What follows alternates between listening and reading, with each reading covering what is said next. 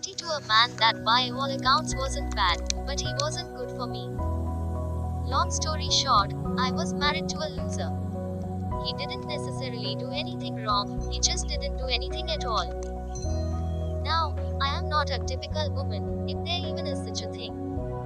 I love myself. Sure, there are things I want to improve, but I don't have a problem with my age, or intelligence, or what my body looks like, or my personality. Those things that seem to stereotypically plague women just don't bother me for whatever reason. I have a career where I make more than enough money on my own to live comfortably. I know how to use power tools, fix my own car, and Google the shit out of anything else that needs to be done. I say what I mean, and expect others to do the same. None of this passive-aggressive nonsense. But I'm stubborn as a mule, and marriages are supposed to last. So even though I was the primary breadwinner, and did most of the things around the house, and raised my kids,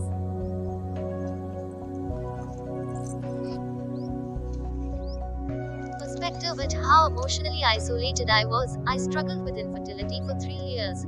I had to take tons of medications or shots that made me sick, diet, have hot flashes, body aches, and migraines for those years.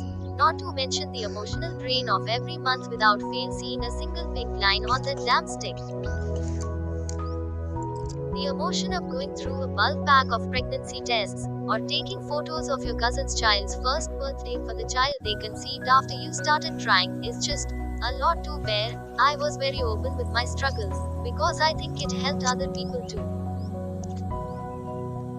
Somehow, my husband wasn't even aware this was a thing that I was needing support in. He had no idea, and it's not because I didn't tell him or directly ask him. He just was that thick and lost. He was a 5-year-old trapped as an adult lacking the ability to give support in that way. Had kids, he was actually more of a burden than a help.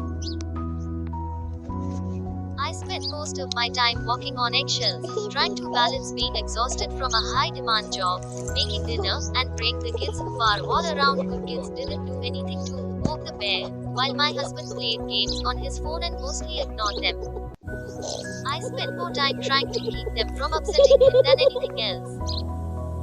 When I finally asked him to please leave, everything improved immediately. I could breathe again. I was free of so much dead weight. I was so happy to just not have him around. It was so much better. I never looked back, and I was off on my own. Sure, I crawled into bed every night, feeling ready to collapse at the end of the day. Kids are demanding, after all. But I was free. And I was happy.